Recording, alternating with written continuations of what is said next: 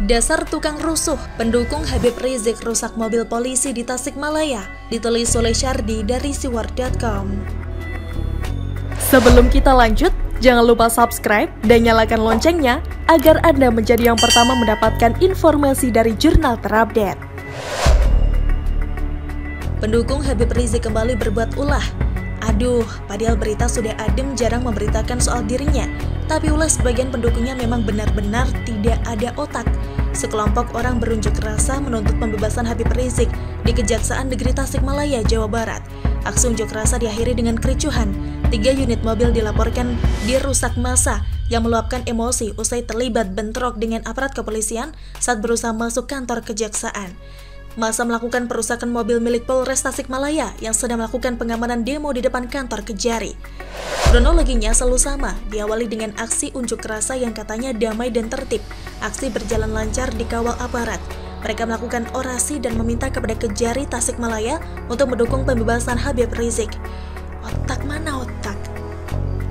Habib Rizik kasusnya di mana? Ributnya di mana? Masa sih Kejari Tasikmalaya yang diminta mendukung pembebasan Habib Rizik? Mereka tidak punya wewenang untuk itu karena ranah pengadilan.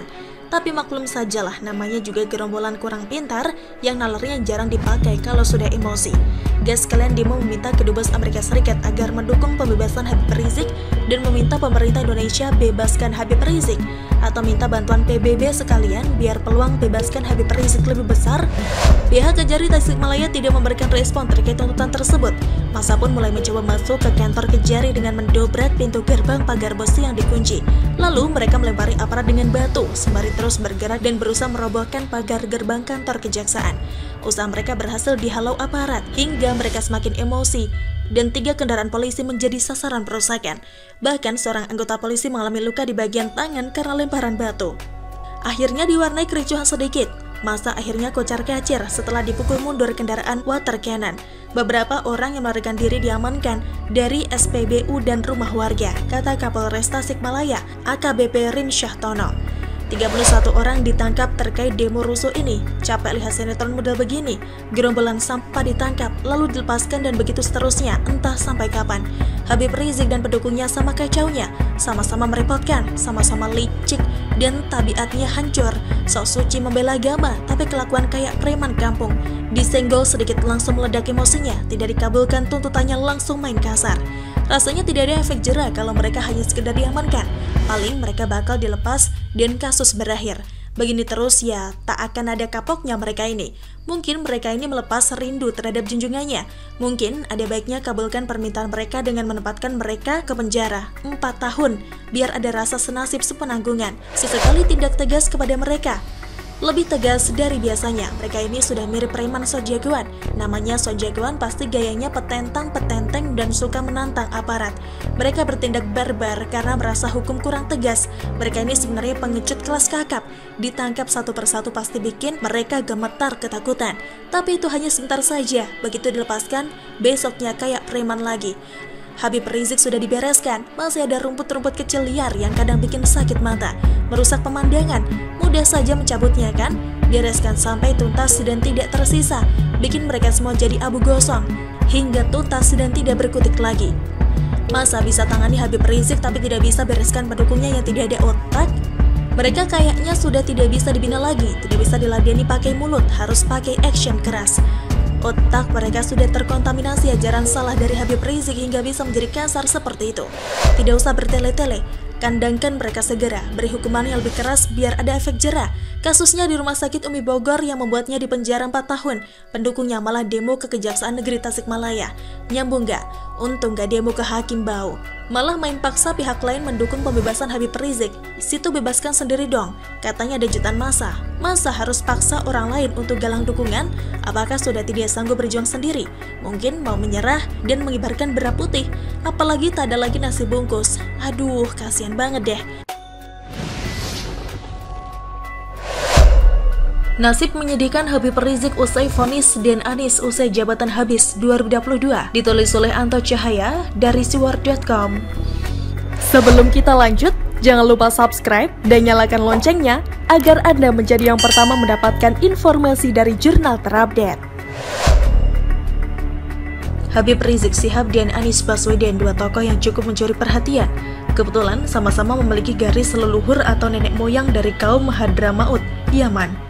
Belakangan malah di banyak kesempatan Habib Rizik disebut cucu Nabi, cucu yang keberapa tidak dijelaskan. Berbeda dengan Bahar Smith yang secara terang benderang mengaku cucu yang ke-29. Tapi entah mengapa cucu Nabi tapi memilih penjara sebagai bagian dari perjalanan hidup mereka. Tahanan politik? Bukan, kasusnya tidak heroik seperti para tokoh besar pada umumnya.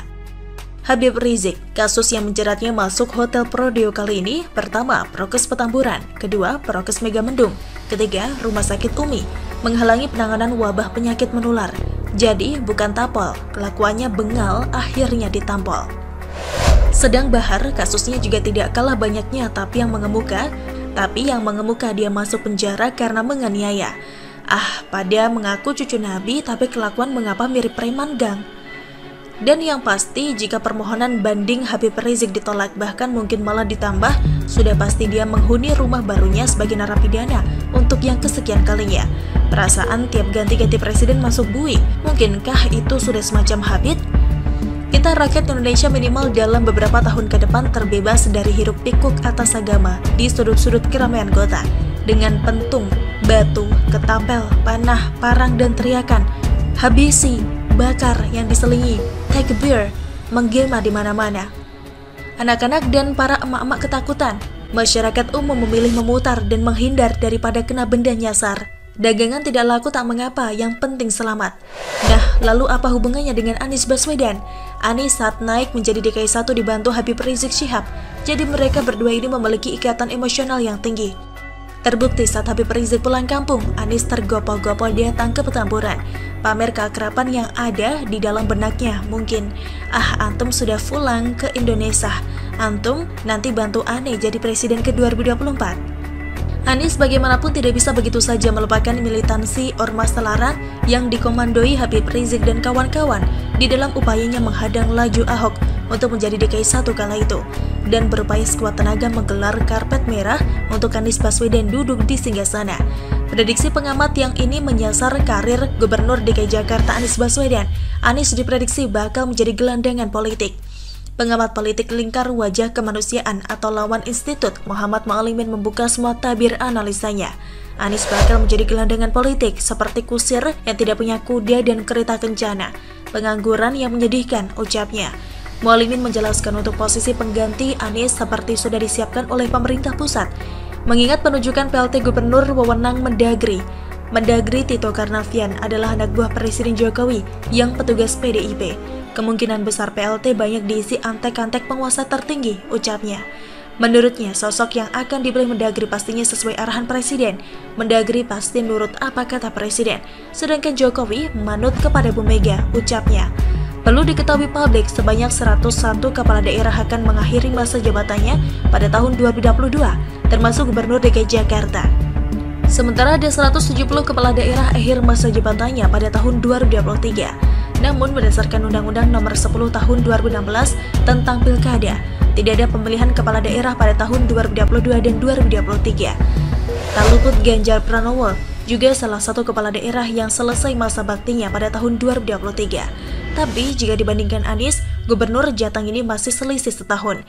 Anies Baswedan bakal diganti PLT yang ditunjuk oleh Presiden Jokowi. Dan kemungkinan besar dari tokoh yang berasal dari kader PDIP, dan Tri Risma hari ini adalah sosok yang tepat. Tri Risma bakal mengaduk-aduk perasaan Anies Baswedan setiap saat. Kemungkinan dia juga ditugaskan khusus untuk memelototi anggaran di era Anies.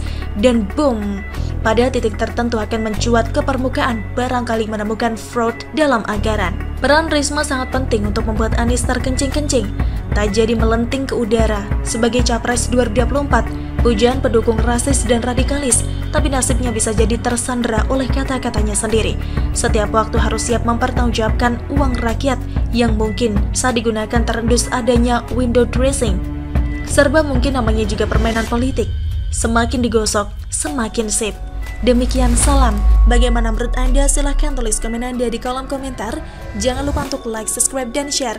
Arkana pamit, sampai jumpa.